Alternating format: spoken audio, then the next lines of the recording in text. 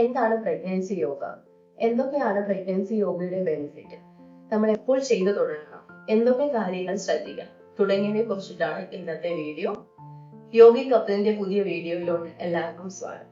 Pregnancy ടൈമിൽ ഒരു സ്ത്രീ ചെയ്യേണ്ട യോഗയാണ് പ്രഗ്നൻസി യോഗ എന്ന് പറയുന്നത്. അതിനകത്ത് പ്രഗ്നൻസിയിൽ ചെയ്യേണ്ട ആസന, പ്രാണായാമ, മെഡിറ്റേഷൻ തുടങ്ങിയ കാര്യങ്ങൾ ഉൾപ്പെടുത്തിയിട്ടുണ്ട്. സ്വാഭാവികമായിട്ട് നിങ്ങൾക്ക് ഒരു സംശയം തോന്നാം, നോർമൽ യോഗയും പ്രഗ്നൻസി യോഗയും തമ്മിൽ എന്തെങ്കിലും വ്യത്യാസമുണ്ടോ? ഉറപ്പായും ഒരു സ്ത്രീ പ്രഗ്നൻസിക്ക് മുന്നേ നോർമൽ യോഗ ചെയ്യുന്നവരാണെങ്കിൽ ആ ഒരു സമയത്ത് കംപ്ലീറ്റ് ആയിട്ടും നോർമൽ യോഗ അവോയ്ഡ് ചെയ്തിട്ട് പ്രഗ്നൻസി യോഗയിലോട്ട് മാറേണ്ടതാണ്. എന്തൊക്കെയാണ് പ്രഗ്നൻസി യോഗയുടെ ബെനിഫിറ്റുകൾ എന്ന് നോക്കാം. പ്രധാനമായും രണ്ട് രീതിയിലുള്ള ബെനിഫിറ്റുകളാണ് നമുക്ക് പ്രഗ്നൻസി യോഗ ചെയ്യുന്നതിലൂടെ ലഭിക്കുന്നത്. ഒന്ന് ഫിസിക്കൽ ബെനിഫിറ്റ്, രണ്ട് മെന്റൽ ബെനിഫിറ്റ്. ഫിസിക്കൽ ബെനിഫിറ്റ് എന്ന് പറയുമ്പോൾ ശാരീരികമായിട്ടുള്ള ഗുണം. ആദ്യം തന്നെ നമ്മുടെ ഫ്ലെക്സിബിലിറ്റി ഇംപ്രൂവ് ചെയ്യാനായിട്ട് ഹെൽപ്പ് ചെയ്യും. അപ്പോൾ പ്രഗ്നൻസി ടൈമിൽ ഫ്ലെക്സിബിലിറ്റി എങ്ങനെ ഇംപ്രൂവ് ചെയ്യും?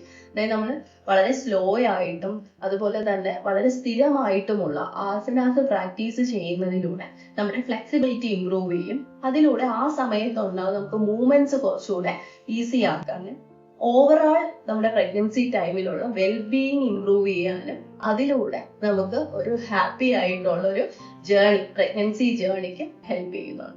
രണ്ടാമത്തെ ഫിസിക്കൽ ബെനിഫിറ്റ് വരുന്നതാണ് നമ്മുടെ ശരീരത്തിന്റെ സ്ട്രെങ്ത് മെയിൻറ്റെയിൻ ചെയ്യാനായിട്ട് ഹെൽപ്പ് ചെയ്യും. അപ്പൊ ഈ പ്രഗ്നൻസി ടൈമിൽ നമ്മൾ എന്തിനാണ് ഫിസിക്കലി ഉള്ള സ്ട്രെങ്ത് മെയിൻറ്റെയിൻ ചെയ്യാനായിട്ട് നോക്കുന്നതെന്ന് ചോദിച്ചാൽ, ആ ഒരു ടൈമില് നമ്മുടെ കുഞ്ഞ് വളരുന്നതിനനുസരിച്ചിട്ട് നമ്മുടെ പോസ്റ്ററിന്റെ പെർഫെക്ഷൻ, അതായത് പോസ്റ്ററിൽ കുറച്ച് ചേഞ്ചസ് ഒക്കെ വരാൻ സാധ്യതയുണ്ട്. നിങ്ങൾ ശ്രദ്ധിച്ചാൽ അറിയാം, വയറ് വരുമ്പോഴത്തേക്ക് നമുക്ക് ബാക്കിൽ ഒരു ബെൻഡ് പോലെ കാണുന്നുണ്ട് പല പ്രഗ്നൻസിയിലും ലേഡീസിന്. അപ്പോൾ ആ ഒരു സമയത്ത് നമ്മൾ പെർഫെക്റ്റ് ആയിട്ടുള്ള ഒരു ആസനാസ് പ്രാക്ടീസ് ചെയ്യുന്നതിലൂടെ നമുക്ക് സ്ട്രെങ്ത് മെയിൻറ്റെയിൻ ചെയ്യാനും ഇങ്ങനെയുള്ള പ്രോബ്ലംസിന് ഒരു പരിധി വരെ ഒഴിവാക്കാനും ഹെൽപ്പ് ചെയ്യുന്നു. ഇനി അടുത്തത് ബാക്ക് പെയിൻ കുറയ്ക്കാനായിട്ട് ഹെൽപ്പ് ചെയ്യുന്നു. അതായത് നമ്മൾ കുഞ്ഞു വയറിനകത്ത് വെയിറ്റ് വരുന്നതിനനുസരിച്ച് അബ്ഡോമന്റെ മസിൽസ് സ്ട്രെച്ച് ആവുന്നതിനോടൊപ്പം തന്നെ ലോവർ ബാക്ക് മസിൽസും സ്ട്രെച്ച് ആവാനായിട്ട് സാധ്യതയുണ്ട്. അപ്പൊ ആ സമയത്ത് ഇതുവഴി നമുക്ക് ബാക്ക് പെയിൻ ഉണ്ടാവാൻ സാധ്യതയുണ്ട്. അപ്പോൾ ബാക്ക് ഫോക്കസ് ചെയ്തിട്ടുള്ള സ്ട്രെങ്തനിങ് എക്സസൈസുകൾ ചെയ്യുന്നത് വഴി നമുക്ക് ആ ഒരു ബാക്ക് പെയിൻ ഒരു പരിധി വരെ കുറയ്ക്കാനായിട്ട് ഹെൽപ്പ് ചെയ്യും. നമ്മുടെ പെൽവിക് ഫ്ലോ മസിൽസിനെ സ്ട്രെങ്തൻ ചെയ്യാനായിട്ട് ഹെൽപ്പ് ചെയ്യും. എന്താണ് പെൽവിക് ഫ്ലോ മസിൽ? അതായത് നമ്മുടെ യൂട്രസ്, ഏനസ്, അതുപോലെ തന്നെ യൂറിനറി ബ്ലാഡർ, ഈ മൂന്ന് ഭാഗങ്ങളെയും സപ്പോർട്ട് ചെയ്യുന്ന മസിലാണ് പെൽവിക് ഫ്ലോർ മസിൽ എന്ന് പറയുന്നത്. നമ്മൾ പ്രഗ്നൻസി ടൈമിൽ കുഞ്ഞിന്റെ ഗ്രോയിങ് സ്റ്റേജിൽ കുഞ്ഞ് വളരുന്നതിനനുസരിച്ചിട്ട് ഈ മസിലിലോട്ട് ഒരു പ്രഷർ വരാൻ സാധ്യതയുണ്ട്. അപ്പൊ ഈ ഒരു പ്രഷർ വരുമ്പോൾ നമുക്ക് അടിഭാഗത്ത് വേദന, അതുപോലെ തന്നെ യൂറിൻ ലീക്കേജ്, ഡിസ്കംഫർട്ടൻസ് തുടങ്ങിയ പ്രശ്നങ്ങൾ ഉണ്ടാവാനുള്ള സാധ്യതയുണ്ട്. അപ്പൊ നമ്മൾ ഈ പെൽവിക് ഫ്ലോ മസിൽസിനെ സ്ട്രെങ്തൻ ചെയ്യുന്ന രീതിയിലുള്ള ആസനാസ് പ്രാക്ടീസ് ചെയ്യുന്നത് വഴി ഒരു പരിധി വരെ ഈ ഒരു പ്രശ്നങ്ങളെ നമുക്ക് കുറഞ്ഞു കിട്ടാനായിട്ട് ഹെൽപ്പ് ചെയ്യും. നമ്മുടെ ഹിപ്പ് ഓപ്പണിംഗ് ആയിട്ടുള്ള എക്സസൈസുകൾ ചെയ്യുന്നത് വഴി നമ്മുടെ അമ്മമാരുടെ ശരീരത്തെ ഒരു നോർമൽ ഡെലിവറിക്ക് വേണ്ടിയിട്ട് പ്രിപ്പയർ ചെയ്തെടുക്കുന്നു എന്നുള്ളത്. അപ്പൊ ഈ ഒരു പോയിന്റ് പറയുമ്പോൾ പലരും പ്രഗ്നൻസി യോഗയെ സമീപിക്കുന്നത് തന്നെ നോർമൽ ഡെലിവറിക്ക് ഹെൽപ്പ് ചെയ്യുന്നു എന്നുള്ള ഒരു പോയിന്റ് കണ്ടിട്ടാണ്. ആക്ച്വലി അത് നമ്മുടെ ഈ ഹിപ്പിന്റെ ഫ്ലെക്സിബിലിറ്റി ഇംപ്രൂവ് ചെയ്യുന്നത് വഴി അതിനുള്ള സാധ്യതകൾ കൂട്ടുന്നു എന്ന് മാത്രമേ ഉള്ളൂ. അല്ലാണ്ട് നമ്മൾ പ്രഗ്നൻസിയിൽ യോഗ ചെയ്തു എന്ന് വിചാരിച്ചിട്ട് 100% നോർമൽ ഡെലിവറി കിട്ടണമെന്നില്ല.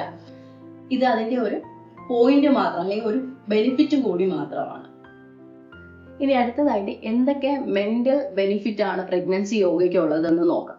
അതായത് നമ്മൾ പ്രഗ്നൻസി സ്റ്റാർട്ട് ചെയ്ത് എൻഡ് ചെയ്യുന്നത് വരെയും പല രീതിയിലുള്ള ഇമോഷണൽ ഫ്ലക്ച്വേഷൻസിലൂടെ കടന്നു പോകും. നമുക്ക് മൂഡ് സ്വിങ്സ് വരാം, സ്ട്രെസ് വരാം, പ്രഗ്നൻസി ആങ്സൈറ്റി വരാം, എനർജി ലെവൽ കുറയാം, ഇങ്ങനെ തുടങ്ങിയ കുറേ കാര്യങ്ങൾ നമ്മൾ ഇതിനകത്ത് എക്സ്പീരിയൻസ് ചെയ്യുന്നുണ്ട്. അപ്പൊ നമ്മൾ തുടക്കം തൊട്ട് തന്നെ യോഗയിനകത്ത് പ്രാണായാമ, മെഡിറ്റേഷൻ, ഈ രണ്ട് കാര്യങ്ങൾ ഫോക്കസ് ചെയ്യുന്നത് വഴി നമുക്ക് ഒരു പരിധി വരെ ഇതിനെയൊക്കെ ഒന്ന് കൺട്രോൾ ചെയ്ത് കൊണ്ടുപോകാനായിട്ട് ഹെൽപ്പ് ചെയ്യും.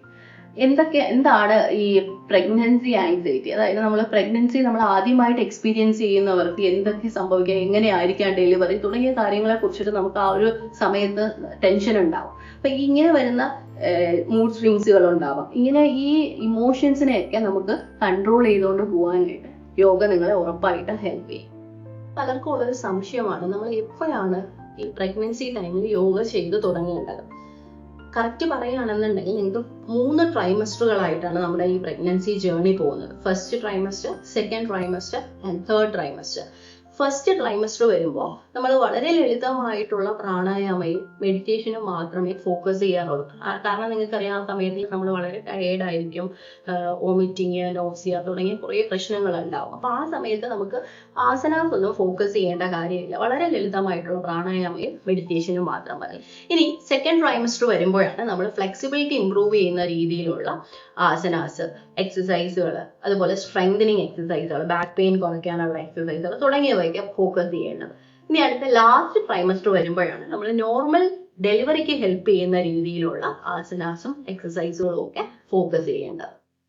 പ്രഗ്നൻസി യോഗ ചെയ്യുമ്പോൾ ശ്രദ്ധിക്കേണ്ട 3 കാര്യങ്ങളെ കുറിച്ചിട്ടാണ്. ആദ്യമായിട്ട് നിങ്ങളുടെ ഗൈനക്കോളജിസ്റ്റുമായിട്ട് കൺസൾട്ട് ചെയ്തിട്ട് നിങ്ങൾ ഓക്കെ ആണെന്ന് ഉറപ്പുവരുത്തിയതിന് ശേഷം മാത്രം പ്രഗ്നൻസി യോഗ ചെയ്യുക.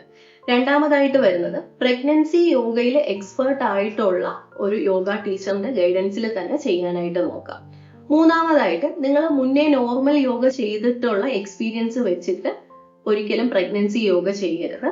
കാരണം ഞാൻ പലരെയും കണ്ടിട്ടുണ്ട്, നോർമൽ യോഗയിൽ ചെയ്യുന്ന പല പ്രാണായാമവും ആരുടെയും ഒരു അഡ്വൈസ് ഇല്ലാണ്ട് റിപ്പീറ്റ് ചെയ്യുന്നത്.